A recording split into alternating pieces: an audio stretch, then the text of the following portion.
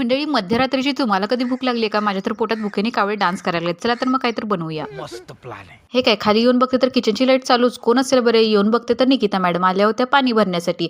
मला लागलेली भूक बघून तिलाही काहीतरी खाण्याची इच्छा झाली. वाजून गेले होते रात्रीचे 12:30. काय करावं बरं या टाईमला?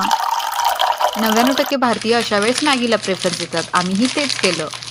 मध्यरात्रीची तुम्हाला भूक लागल्यानंतर तुम्ही काय काय बनवून खाता? कॉमेंट करून मला नक्की कळवा.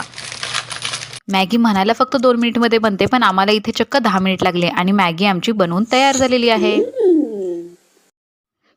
आवाज आला तर मम्मी मला मॅगी सोबत बाहेर काढेल. या मंडळी, चला तर मग आता आपण गरमागरम मॅगी खाऊया. दरवाजाचा आवाज येतोय. कोण असेल बरी आता? किंजल मॅडम आल्या आणि आमच्या मॅगीमध्ये आणखीन एका वाटणीची भर पडलेली आहे.